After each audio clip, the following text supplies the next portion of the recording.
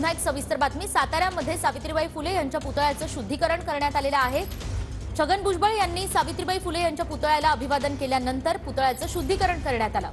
तर भुजबळांविरोधात या ठिकाणी घोषणाबाजी करत पुतळ्याला दुग्धाभिषेक करत शुद्धीकरण करण्यात आलं। जिथं ज्ञानज्योती सावित्रीबाई फुलेंचा जो काही कार्यक्रम शासनाने आयोजित केला होता, या गावाने आयोजित केला होता, त्या ठिकाणी या व्यक्तींनी येऊन इथं हा विषय मांडण्याची गरज नव्हती। हा शासकीय कार्यक्रम आहे, शासकीय कार्यक्रम आहे। तुम्ही दुग्धाभिषेक का केला?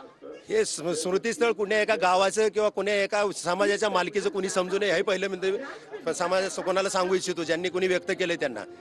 ह्या सावित्रीबाई ज्योती फुलेंचा जो स्मृती जयंतीचा कार्यक्रम असतो, ह्या कार्यक्रमाला मी दरवर्षी येत असतो।